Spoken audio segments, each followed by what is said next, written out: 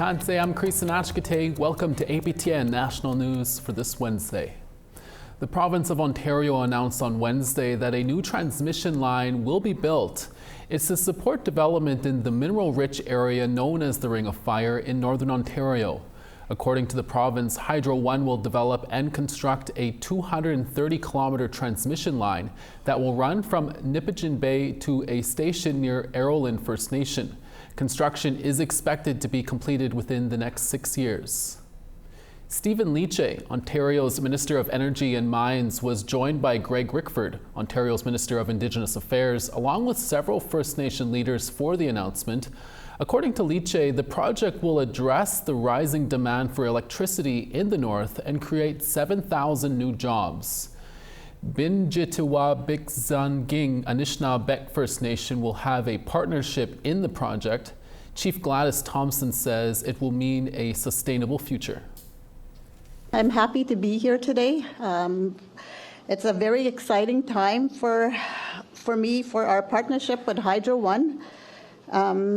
It's one of the largest, it's the largest electricity provider in Ontario. Together, we can build a stronger, more sustainable future for all our communities. The future is looking brighter for our people, for the creation of more jobs, clean energy, and reliable power for years to come. The partnership is based on trust, transparency, and mutual respect. As of Tuesday, the federal Indian hospital settlement claims process is now open. It's for people who experienced harm at one of the 33 Indian hospitals included in the settlement.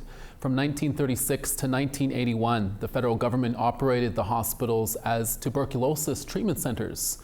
They were supposed to be a place for healing, but for some individuals, it was a place of abuse and negligence. Doug Lennox is a class council representative to talk about what the process will be for claimants. Doug Lennox, thank you so much for speaking with us. My first question is, what is the settlement agreement about and who could be eligible? Well, Creason, the settlement is about 33 federal Indian hospitals that were operated across the country between 1936 and 1981. And those hospitals were not a happy place. They were not run the way they should have been. The idea of segregating one group of Canadians into these substandard institutions, that shouldn't have happened. And so the government has acknowledged its mistake and is trying to make amends. There are 100,000 Indigenous Canadians across the country who suffered and who may potentially make a claim, and I hope they all find out about this case so that they can. As you said, Doug, these hospitals ran for about 45 years. How many estimate eligible claimants are there? We estimate there are about 100,000 survivors that are still alive, or their families where they can make an estate claim, we hope that most of them will come forward. And Doug, can you explain what is the first step of the claims process for someone who thinks they may be eligible? I think that the first step is to go to the claims administrator's website. They are administering the settlement. They're who decides your claim and who issues compensation. They are at ihsettlement.ca. There's also a 1-800 number you can call. You can find that through the website. There are claims helpers there. You can arrange schedule a telephone appointment to talk to someone who will walk you through the process and explain to you, what the documents are, what you need. And Doug, there are different levels of compensation. Can you explain what they are and how this is verified? Yes, there are 5 levels of compensation from $10,000 all the way up to $200,000 based on the severity of abuse that the claimant suffered. Each claim will be decided individually based on the documentary record. So that is the claim form that the claimant is putting forward, telling their story as best as they can remember it, or maybe as their friends or family or someone knows them can help them with that. The government will do the best that it can to verify a claim by looking at its available records, but given the passage of time, they may not always have records. The claims administrator will look at everything that is available, and they have to assume that the claimant is acting in good faith. They have to assume that the claimant is being honest and try to decide the claim on that basis. Finally, Doug, once a former patient has submitted a claim, how long do you think it will take to receive this compensation? And do you have an estimate number on the total compensation amount? So it's going to take a while to decide all these claims because it is a long process. I don't have an accurate estimate for you right now. As the process continues, the claims administrator will provide information about how it's doing in its job. The claims process is open for 2.5 years. So, people have some time to get their claim in. I would urge them not to rush. Don't just put your claim in on the first day. Think about it, get whatever help you need, make sure you've said everything you need to say. I don't know how much money ultimately will be paid out. Canada is committed to pay for as many claims as there are. And so as many claims as there are decided, they have to pay it. So, we will see. I think if this is a big case, it's a lot of people. I hope everyone who is entitled to money gets it. Doug Lennox, we'll have to leave it there. Thank you so much for your time. Thanks, Creason. Canada's 3 Arctic premiers took part in a panel discussion in Ottawa on Wednesday. They spoke on the federal government's plans for Arctic security and what they hope to see. APTN's Justin Hardy brings us that story. Our message is that Arctic security and sovereignty cannot be one-dimensional. Premiers John Mayne, AJ Simpson, and Curry Dixon are in the nation's capital this week for a series of meetings between the provinces, territories, and the federal government. While there, they took part in a Nordic-Canadian Arctic symposium with representatives from Denmark as well as Inuit and Sami leadership. Arctic security talks are more prevalent now due to U.S. President Donald Trump's stated plans to annex Greenland by force if necessary. AJ Simpson is Premier of the Northwest Territories. He told reporters the Prime Minister's speech in Davos bodes well for Arctic security. What the Prime Minister laid out, that plan will necessarily benefit the North. He talked about the need to ensure that we aren't reliant on other powers, that we can defend ourselves to the extent that we can, and that means strengthening security in the Arctic, and that's hard security, and that's going to mean investments on the ground in infrastructure, in community infrastructure, as well as military infrastructure and boots on the ground. So I'm based on that, as well as the conversations I've been having with the federal government, I fully expect that we're going to see significant investments in the North. Nunavut Premier John Mayne said that Arctic security needs to be holistic.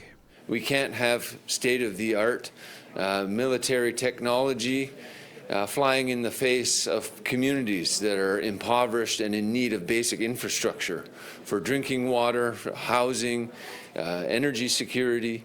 These are the types of things that need to be considered in terms of Arctic security and sovereignty, and we are encouraged so far with the conversations that we've had. Yukon Premier Curry Dixon says that he wants to see the Prime Minister's words translated into action.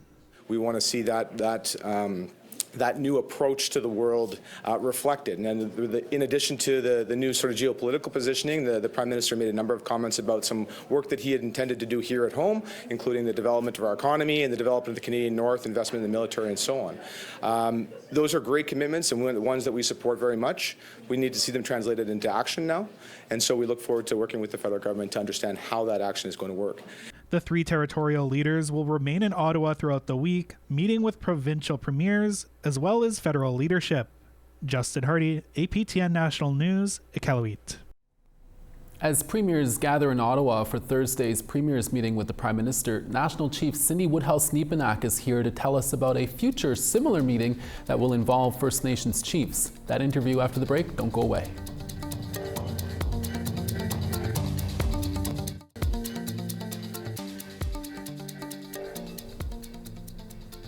Welcome back. The 13 provincial and territorial leaders are in Ottawa today getting ready for the First Minister's Conference with the Prime Minister on Thursday. Indigenous leaders aren't part of that meeting. However, Prime Minister Mark Carney did announce at the December AFN gathering in Ottawa that a joint First Ministers meeting with First Nation leaders was in the works. For more on that proposed meeting, we're joined by AFN National Chief Cindy Woodhouse-Liebenak. National Chief, thank you for speaking with us. As mentioned, First Nations will not be at the table for the First Ministers meeting in Ottawa on Thursday, but Prime Minister Mark Carney did promise a future meeting with himself, the premiers, and First Nations leaders. Can you tell us when that might happen? Absolutely. Look, we're first of all, I just want to say we look forward to the First Ministers meeting on First Nations issues later this year. It's long overdue. A lot of work is needed to address the long-standing socioeconomic gaps that exist in this country. It's also very timely, of course, because we're facing threats from the South. We're facing unity challenges here at home on separatist movements like in Alberta and in Quebec. So a national meeting on First Nations issues is something that chiefs have fought very hard for, First Nations have fought very hard for, and we want to make sure that it's done right. So since the Prime Minister had made the commitment in December, I also want to uplift all the premiers of the country who are united as well in our push when we had asked to push for a First Ministers meeting, that they're in unison with us. So I want to thank the premiers for that. We've also been talking with elders, of course, with the AFN National Executive and chiefs across the country and First Nations experts. Next month in Montreal, chiefs and business leaders are invited to a national forum to discuss economic priorities related to the First Nations economy. And based on what we've heard so far, some common themes are emerging. First of all, that this First Ministers meeting can't be a one and done. We need ongoing federal and provincial processes to make sure that there is follow through and accountability. 20 years between meetings is not acceptable.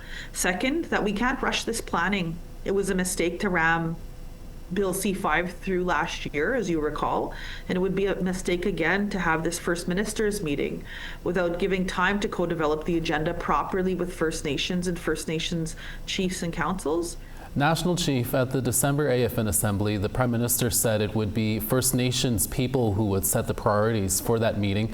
What do you see those priorities being? You talked about it a bit there. I'm thinking about inadequate housing and a lack of consultation from the feds, that being flagged time and time again, but also, like you said, the need for more police resources in First Nations.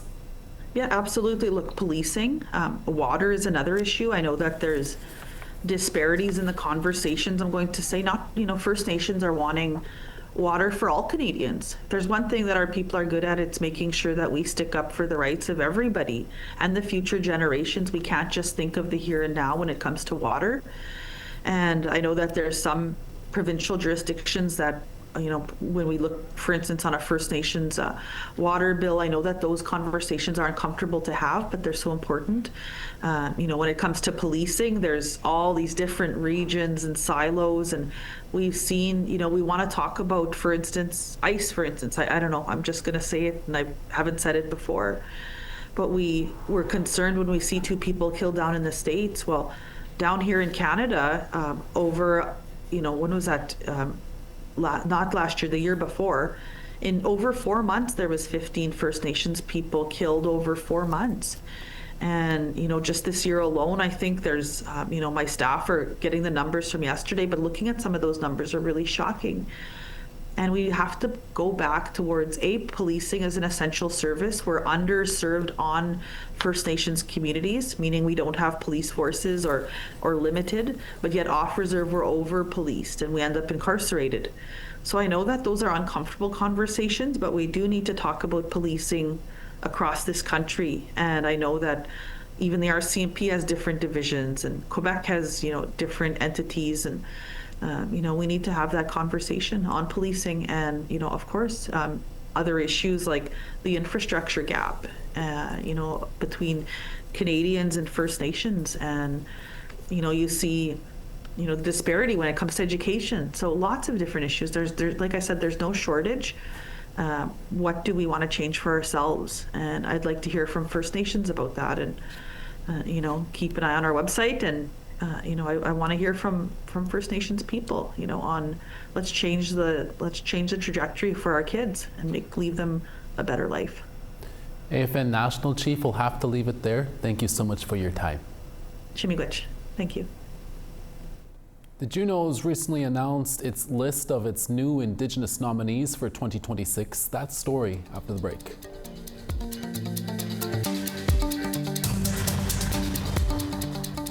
Welcome back. Time now for our photo of the day.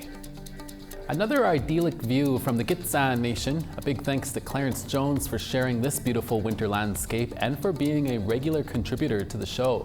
And remember, you too can send us your pictures to share at aptn.ca for the chance to be featured as our next photo of the day. Time now for tomorrow's weather forecast. In St. John's, -3, Charlottetown, -8, Cartwright, -2, La Grande River, -19, -15 in Saguenay, Quebec City, -11, Ottawa, -12, Toronto, -12, -19 in Timmins, Sioux Lookout, -17, God's Lake, -17, Puckatawagan, -15, -14 in Winnipeg, Princess Harbour, -14, -8 in Saskatoon, Regina, -9, Buffalo Narrows, -11, La Ronge, -16, 0 in Grand Prairie, Fort McMurray, -6, 3 in Medicine Hat, Calgary, 4, Vancouver, 8, Kamloops, 7, -9 in Fort Nelson, Smithers, 4, -5 in Whitehorse, Beaver Creek, -9, Wrigley, -19, Fort Simpson, -14, -29 in Sax Harbor, Paulatuck, -32, -26 in Baker Lake, Chesterfield, -23, and Arctic Bay, -25, Agulik, -24.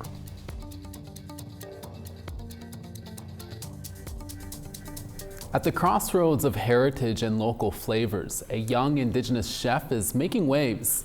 APTN's Kim Sullivan traveled to Canada's smallest reserve to meet him and sample the flavors he's sharing with the world.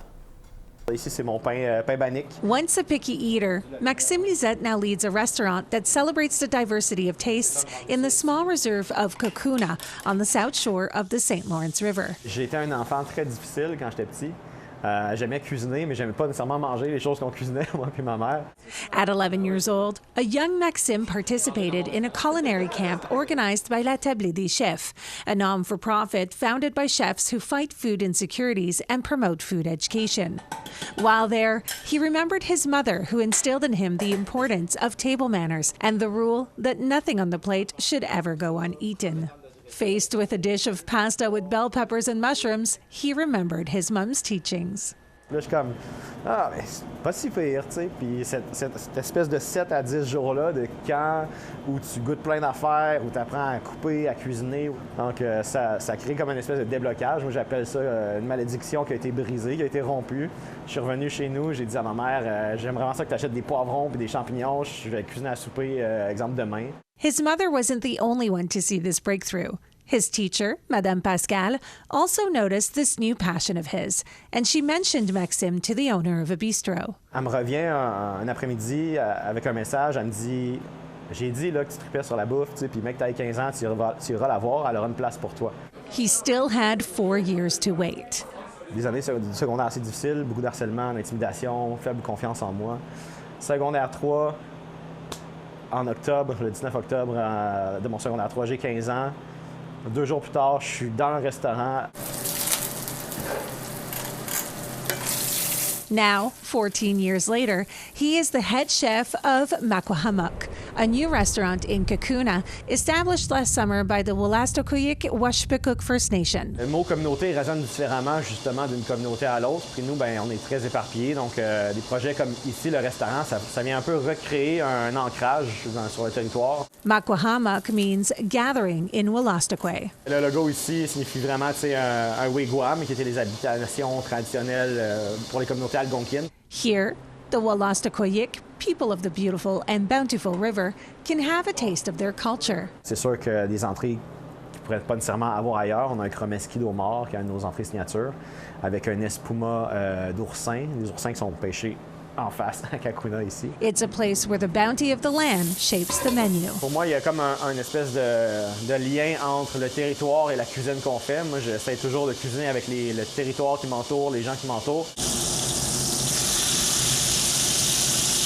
The flavors of the menu vary On a notre sauce barbecue qu'on fait avec le sirop d'érable de la communauté.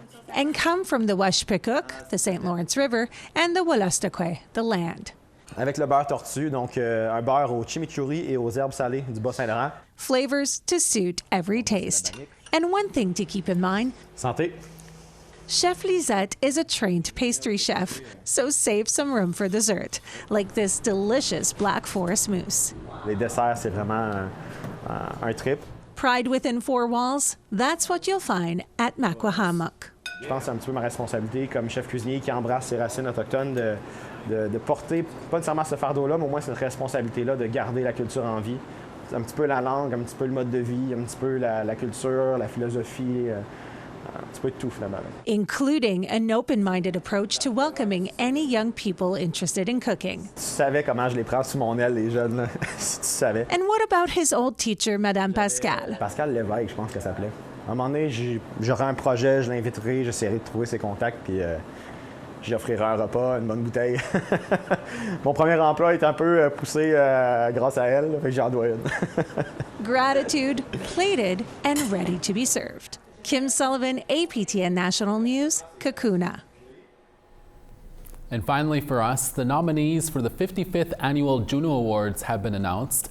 Among them are multiple First Nation and Inuit artists are nominated in 5 different categories this year. Only stories in this town. The Juno Awards take place in Hamilton, Ontario on March 29th. They are Canada's largest music awards show. The traditional Indigenous Artist of Group of the Year nominees for 2026 are Bad Eagle, Bear Creek, Manitou Makwa Singers, Pewquathuk, and YB Nakota. In the Contemporary Indigenous Artists or Group category, A. Sanabi, Sebastian Gaskin, Shawnee Kish, CB, and Tia Wood are all nominated.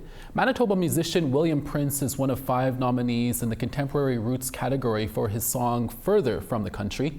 Other categories featuring Indigenous nominees include Crystal Shawanda for Blues Album of the Year, Snotty Nose Rez Kids for Rap Single of the Year, and Morgan Toney Traditional Roots Album of the Year. Best of wishes to all of the Indigenous Juno nominees. And that's your evening newscast for this Wednesday. APTN National News Daytime is back again tomorrow midday. Please join us then. From our HQ in downtown Winnipeg and from all of our reporting staff from across the country, Kananasko Mitinan, thank you for watching. We'll see you again. Ekse.